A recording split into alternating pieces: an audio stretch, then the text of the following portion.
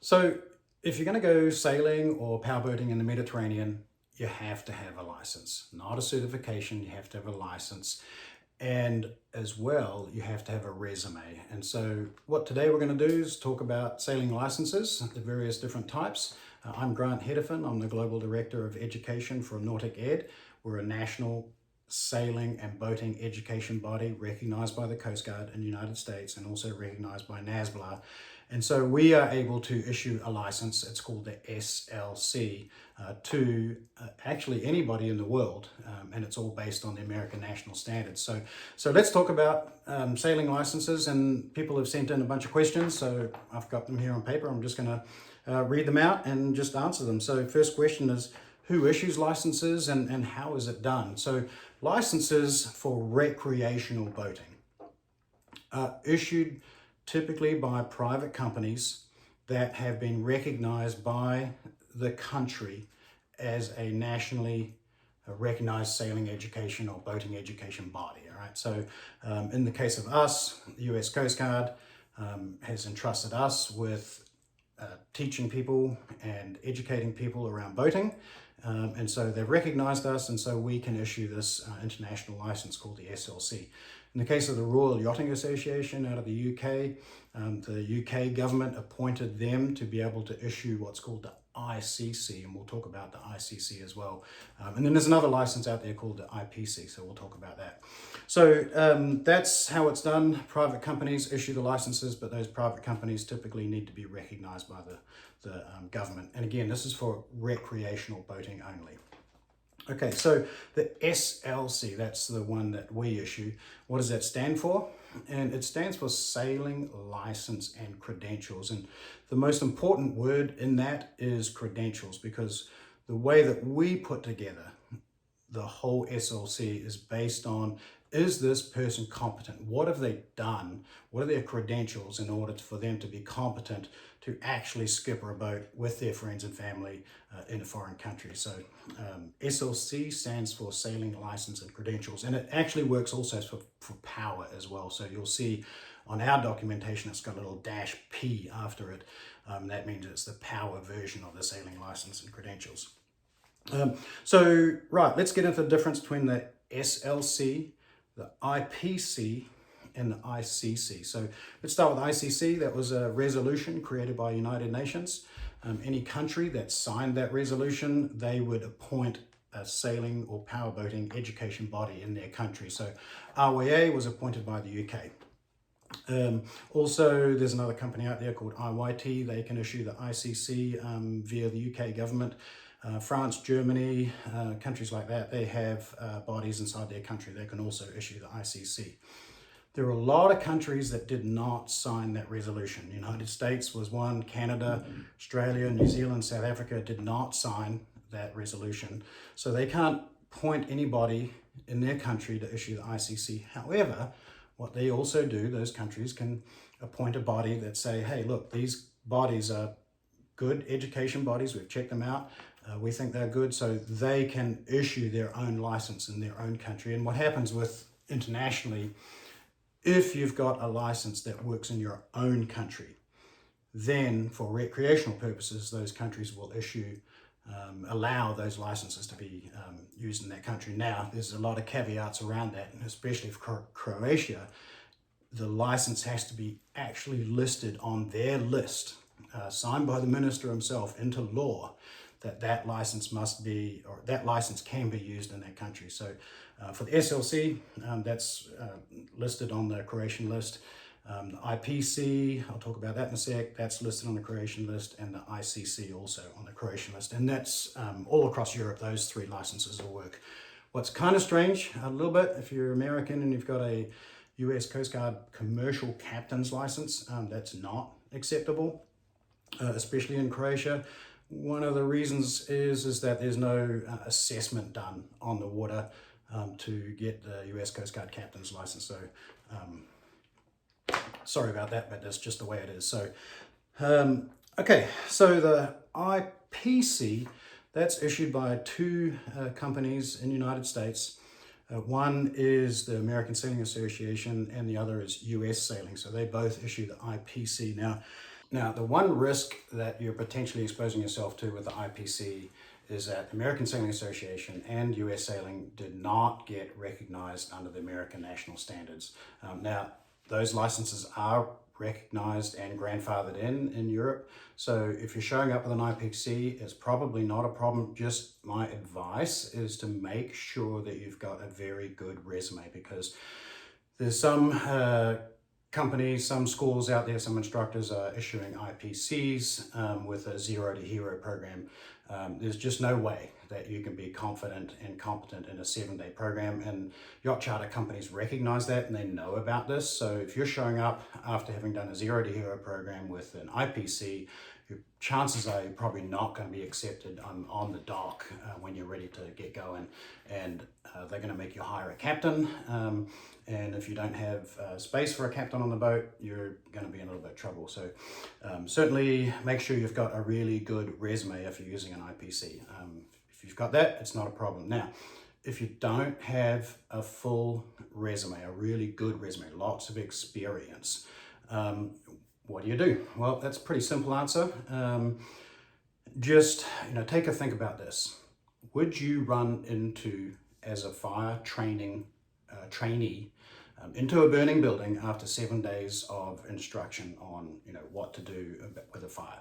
And the answer is absolutely not. So here's the thing: you're going to go to the Mediterranean. You're in a completely different environment for the first time, and you've got your sister with a brand new baby on board, you've got your daughter with a brand new baby on board, you've got people that are entrusting you as your confidence and competence to handle them for a week on the ocean. And hey, look, stuff does happen. Chances are probably not, okay?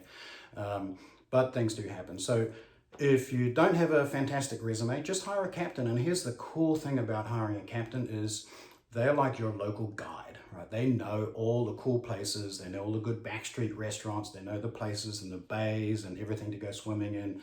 Having a captain on board is really good. And on top of that, you're gonna learn a ton of stuff that you don't even know, the stuff you didn't get taught in a 0 to hero program, or a 3-day program or whatever.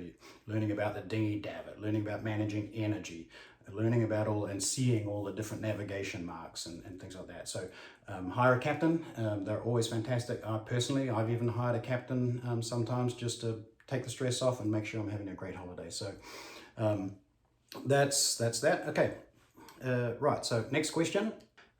What is the difference between the SLC, the ICC, IPC? Which one should I get? So SLC, the way that we do that in our company, we've been around about 16 years. And so what we did was, when we looked at creating a license to get accepted by the United States, first off, we looked at American national standards as created by the US Coast Guard. And so we follow that standard, and that allows us to be officially recognized. In that standard, you have to have theory knowledge, you have to have practical skills, and then you have to have experience, right? So those 3 elements, they make up what we call competence. If you've got enough theory knowledge, enough skills, and enough experience, you're going to be competent. And so we measure that to a certain standard of international bareboat chartering. IPC, what they do is they issue that to people who have gone out on the water for perhaps a 0 to hero 7 days adventure, and they've read a book and taken a little test, and you can get an IPC. And that's okay as long as you have lots of experience. If you don't have experience, it's not going to show up on your resume. And remember, before I said you have to have a license and an acceptable resume. So if you've got lots of experience, that's fine, the IPC will work. And same for the ICC. Again, you've got to have a resume. So just make sure if you've got an ICC that you've got lots of experience. Built into the SLC, you cannot get our SLC in it unless you've got an acceptable resume anyway. So we go acceptable resume, that means competence, and that means you can have the SLC certificate. The reason that we focus so much on experience is because there's a lot of things going on, especially if you're going to the Mediterranean. There's high-speed ferry traffic going on there. There's very tight marinas. You could be in a marina with a lot of crosswind. They have this really cool, strange way of docking the boat over there. It's called a Mediterranean mooring. You've got to back up to a hard key, but sometimes you've got to drop the anchor out. It's easy to do. You just have to know what you're doing and you need to be trained on it. They've got different navigation buoys over there in the United States and Canada and North America. South America, we use IALAB. In Europe, they use IALAA. And so you've got to know the difference, and really it is, the difference is red right returning in North America and South America, but in Europe, it's the red light on the side of your boat matches the red navigational marker as you enter. So those are completely opposite. So you've got to know all of this, these differences, and that's why we focus really hard in on this competence for a global sailing, for our global license that we issue. So which countries recognize the SLC? Well, all countries in the world, except for Spain's a little strange, and Portugal. So in Spain, if the law is written, if you have a Spanish flagged vessel with a citizenship that's not Spanish, that has a license that's not on this list, and all those three things have to match up, you're not going to be renting a boat. However, if it's a German flag vessel, which a lot of the charter companies do over there, that's not a problem. SLC will work, ICC, IPC. So just when you're going to Spain, check with your agent just to make sure that your license is going to be acceptable in Spain and Portugal. So which companies? All companies in the world, they look at the license, SLC, the IPC, ICC, and they work. Again, companies very much focus on that resume. So if you're using an ICC or an IPC, make sure you show up with a really, really, really good resume. The other difference to the SLC is that if you come to us and you've got lots of experience, right, all we're going to do is do an assessment of your skills on the water. We're not going to make you go out for 4 or 5 days and pay an instructor for 4 or 5 days, where probably, if you've got lots of experience, you might even know more than the instructor. So we have a system where you just come in and do an assessment. And so let's talk about the requirements of the theory knowledge, the assessment, and the experience. So for the SLC, so for theory, what we have is what we call the Bareboat Charter Master bundle of courses. Okay, it's about 5 courses. It's a skippering course, it's a maneuvering under power course, bareboat chartering course, a coastal navigation course, electronic navigation course, and anchoring courses. Actually 6. So you've got to do those courses online. It's about 40 to 50 hours of study. You can go quicker if you know all the material. You can jump to the test. The software that we have, it's a absolutely bar none software where you can actually it's all modularized. So you can just go in, take a little module, take a test, take a module, take a test. Software remembers exactly where you were. Even if you stop for dinner in the middle of a test, you can come back and you can log out, log back in again, it'll remember where you are in the test. So it's really amazing software. So that's the theory knowledge that you've got to have. The assessment itself, we follow the American National Standards, and that's a really good standards. And what the American National Standard basically says is that it is a mistake for me to assume as the instructor that because I have taught you something that you now know it. So it's a mistake for me to assume because I taught you something, you now know it. And that's exactly what we're talking about with American National Standards, right? What they do is they focus more on the assessment. Can you actually do this? And what it does is it creates a very objective view for the instructor into that student to see how competent that student can handle all the tasks on it. So one of the things that we do with our assessment is we're not looking to give a pass-fail, right? What we're doing is trying to find out, are you competent? And if you are, then you're going to pass. If not, we're going to find your weaknesses. And so all our instructors are trained to look for weaknesses, and there's a big list of things that you have to do. Look for those weaknesses, and if we find the weaknesses, then we're going to work with you to fix those weaknesses. So it's pass or find weaknesses. And Just personal story, I took a personal friend out one time on an assessment, and he's been sailing for a long time. He races and does all kinds of cool stuff sailing. And so what happened was about 2 o'clock in the afternoon, I looked at him and I said, "So Bruce, how do you think you're doing today?" And he says, "I'm a bit rusty, aren't I?" And I'm like, "Yeah, you are." As we're going through, and I'm grading him on how he's doing with all the tasks, right? So I said, "Okay, that's fine. Look, here's the ones that you're rusty on. So let's come back tomorrow and we'll just, fix those up." And he said, "Thank you," right? And that's what you should say. That's what everybody should say. Thank you for finding my weaknesses, because I do not want to go to the Mediterranean and try to back a boat into a slip in a Mediterranean mooring with dropping the anchor out front and trying to back up and banging into other boats, just embarrassing myself and all the people on the dock watching what I'm doing. So I want to make sure that I'm competent, and I'm sure you do. So, when an instructor says to you, "Hey, I found a weakness," just say thanks. That's awesome. Let's try and fix those, and that'll make you a really excellent sailor. And actually, that's the point. Is you might think you're a great sailor, but to what standard? And the only standard you've got is to your standard.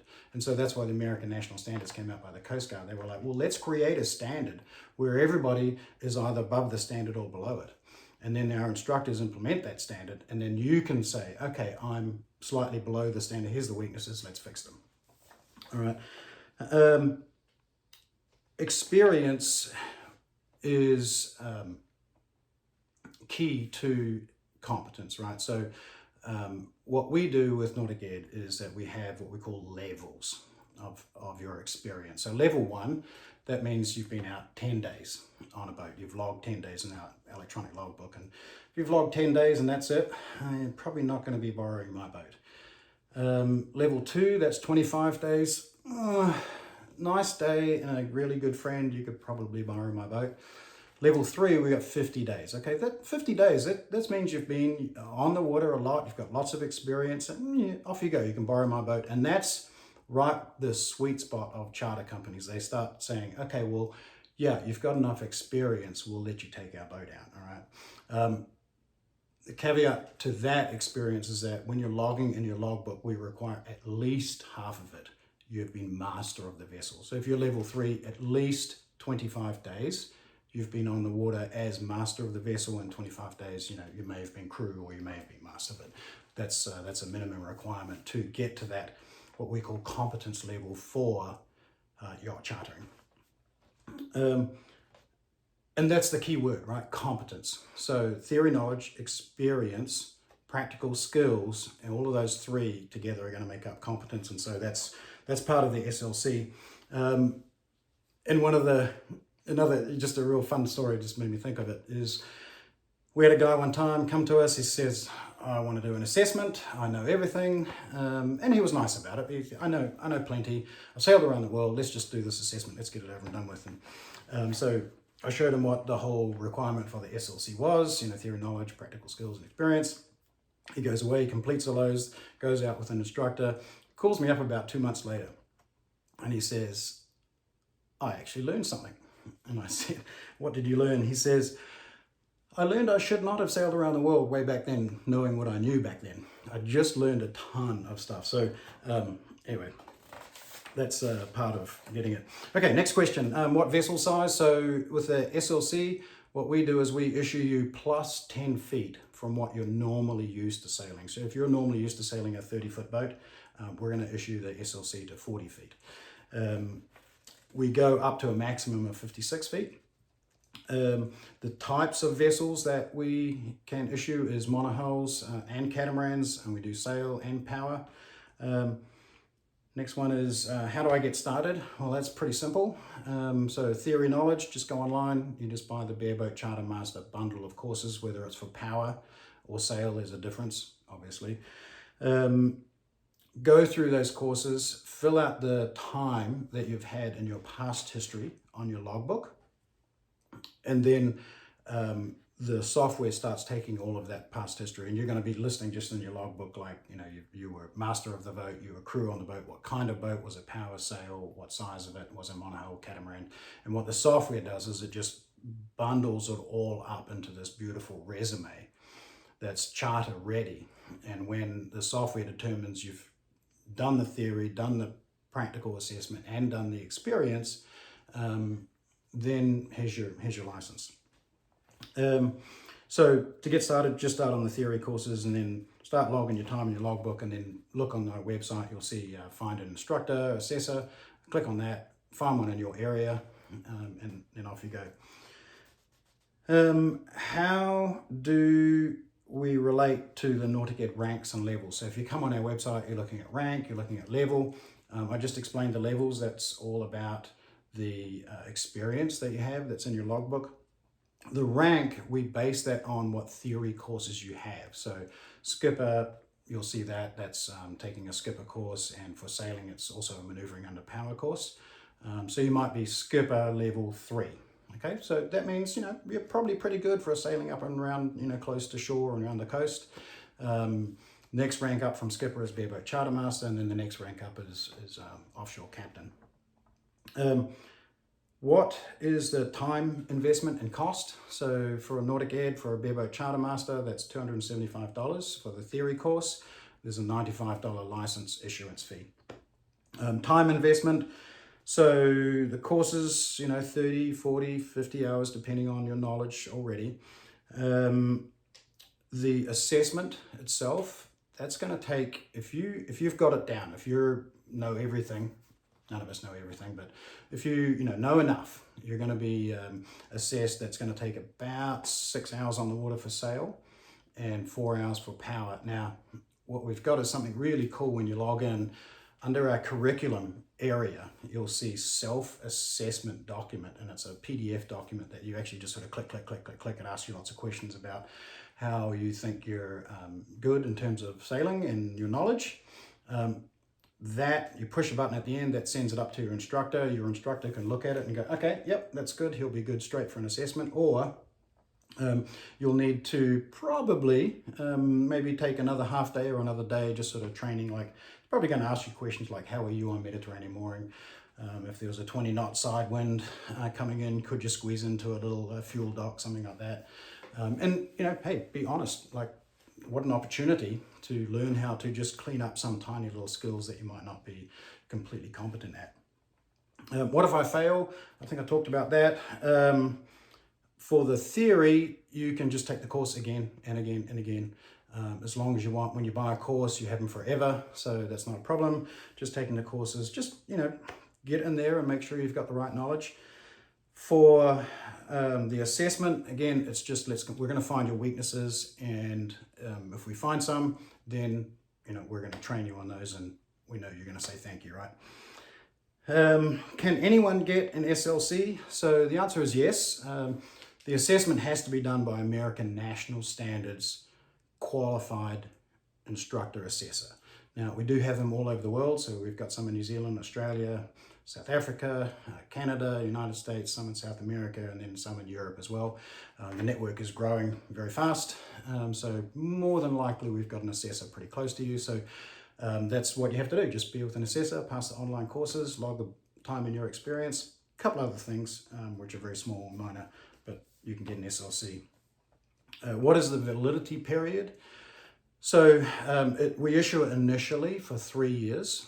And at the end of the 3 years, you have to take just a free 100 question test online, just to make sure that you're up to date on rules of the road and, just navigation markers, and can still navigate, and you can still do tides and things like that. So that's that. And also that renewal period, we want you to enter time into your logbook all the way along. We're going to check, the software's going to check, have you sailed 10 times in the last 2 years or 5 times in the last year. And that's just going to mean you're just, a little bit, you've been out on the boat just recently, you know what you're doing, you're still competent managing the boat. How is the license issued? So we do it digitally, and that's because your SLC license and your resume is a living, breathing document. You're always going to be adding time to your logbook. You're going to be doing different endorsements and things like that. So it's all digital, and then in real time. So even when the SLC is issued, as soon as the instructor goes, yep, you're done, and if everything else is done, it gets issued straight away, microseconds. So you can download and just print it out. Okay, so what are the benefits of the SLC over others? That's a really good question, right? So the reason that we believe that we have designed the SLC license over others in terms of being a better license is this one word that we use. It's infused all the way through our company, and that word is called competence, right? If you get a license from us, you're going to be competent, and that's the culture that we've driven right through our instructors. And as soon as we mentioned this word competence to our instructors and showed them exactly how we measure it, they all got really excited, because no instructor wants to send somebody off. No instructor wants to let somebody slide, right? Like, why would you let somebody slide? You can't breathe water. That's really bad, right? One of your students ends up on a reef, and that's not really good, right? So that shines back on them. And so when we told the instructors, hey, we want competence only, they got really excited, and they are really following that through. So kudos to all our instructors.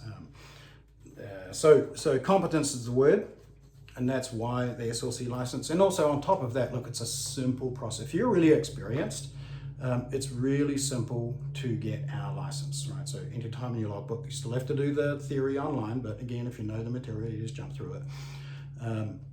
And then do a very short assessment on the water with an instructor. So it's a really simple, easy process. And the other part about it is the yacht charter companies worldwide. We've established such a good reputation with the yacht charter companies now, because if you get an SLC license, do not crash the boat, by the way. So to date, touch some wood around here somewhere, right here, nobody's had an accident with the SLC license. So that's a cool thing. That yacht charter companies are very happy with Nordic Geared clients. So please try and help us keep that standard going. If you want any more information about the SLC, obviously just send us an email. We'll answer it.